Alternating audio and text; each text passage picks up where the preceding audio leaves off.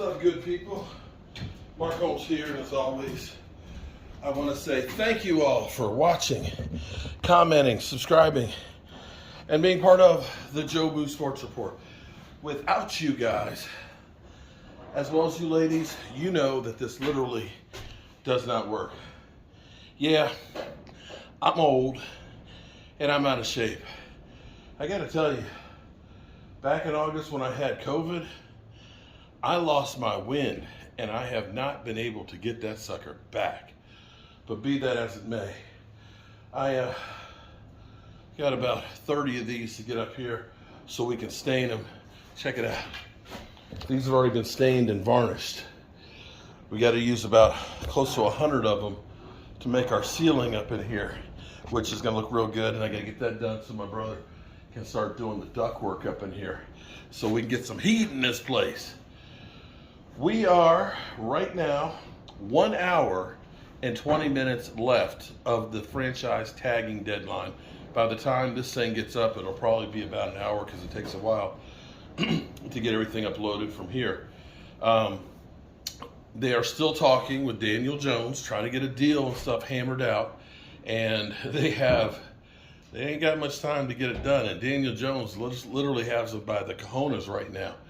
If they think that they can get a deal done with them, and they think that they're close, they could go ahead and slap the franchise tag on Barkley. But if they don't get that tag on Barkley, pretty much Barkley is going to be out there testing the market. That's pretty much a known fact right now.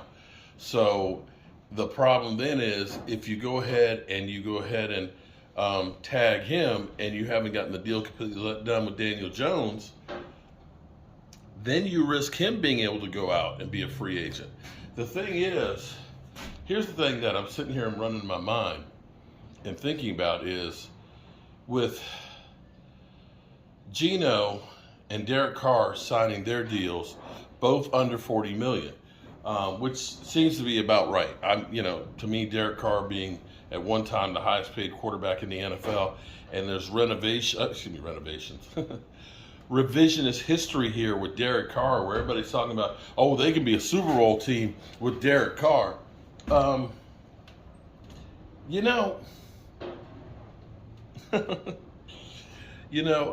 one that's going to say pump the brakes on that one a little bit, because it was just a couple of years ago that they had Drew Brees, Hall of Famer to be. And they had Teddy Bridgewater, who was undefeated when he was playing and played really, really good. And they had Sean Payton as a coach.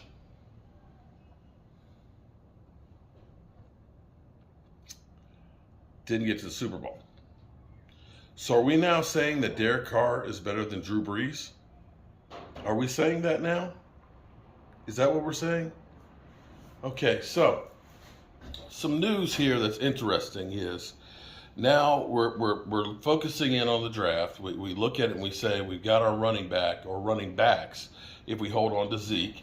They're planning on trying to bring back Tyron Smith, so the offensive line seems to be in a better position. Now we're looking, of course, Dalton Schultz being gone. Now we have Peyton Hendershot and Jake Ferguson at tight end, but the word might be that the Cowboys might draft a tight end in the first round. Vash Lombardi already said he'd be sick. He'd just be sick if that happened. Let me say, that would probably be a Dallas Cowboy thing to do, and let me tell you why that would be. See, here's the thing. Here's the thing for the Cowboys. What they like to do in the first round, and the Cowboys have actually been really good with their first round picks. Second round picks, not so much, which is why I'm all for the Cowboys trading the second pick in the draft. Now, here's the thing. The Cowboys like to draft the highest prospect in a position. So you look at it at 26. They're not going to trade up to get somebody. But when you start looking at where prospects fall, okay, we already know that 3 or 4 quarterbacks are probably going to go in the top 10 or at least the top 20. That wind is hawking right now. That wind is moving right now. You know that you're going to get like 4 quarterbacks. So if you're saying I'm trying to get one of the the top one in that position. It's not going to be quarterback. Edge rusher, you're going to have 3 or 4 of those drafted before 26. You're not going to get the top prospect there. Left tackles, you're not going to get left tackles. 3 or 4 of those guys will be drafted before you get there. Outside linebackers, like edge rushers, they'll be gone. Shutdown corners, best corners, you'll be like 3 or 4 right there. So when you start looking at position-wise, there'll be a run on the quarterbacks. There'll be a run on, the left tackles. There'll be a run on cornerbacks. There'll be a run on edge rushers. Positions that you could possibly get the best prospect. And this is where I said this a couple of years ago when we drafted Tristan Hill. We could have gotten the top prospect or one of the top prospects at safety in the 2nd round. We decided we were going to get Tristan Hill. We could have had guys like Warren Thornhill that were drafted after Tristan Hill, but be that as it may. Positions that don't get run on early. Safety, offensive guard, although you'll probably have a guard or 2 gone before that. Kickers, of course. A wide receiver is going to be gone too. Tight ends typically are kind of a 2nd, 3rd round thing. And inside linebackers.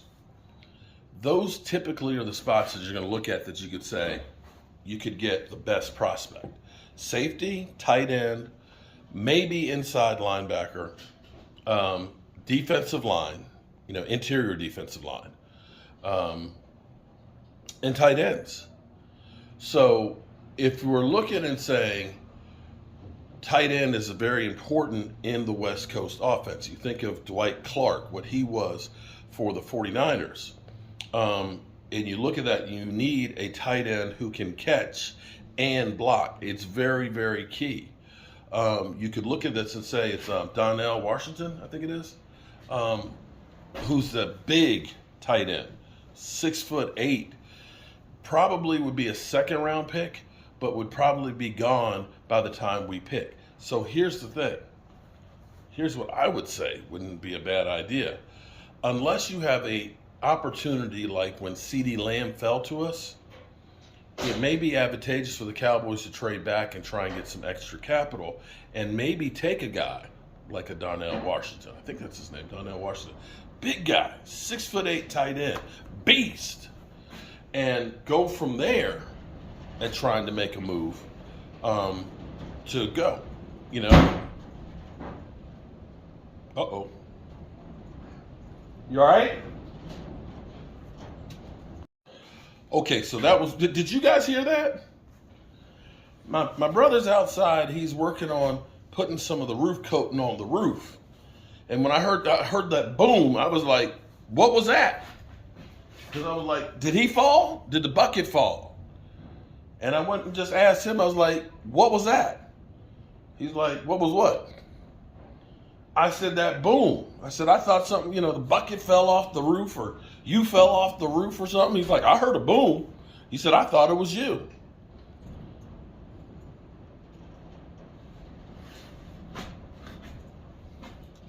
It is a 200-year-old house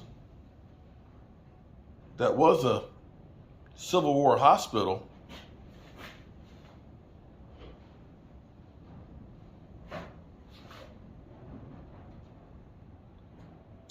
I'm Mark Holmes, and well, I didn't see nothing. And I don't see dead people. I don't see dead people. See you.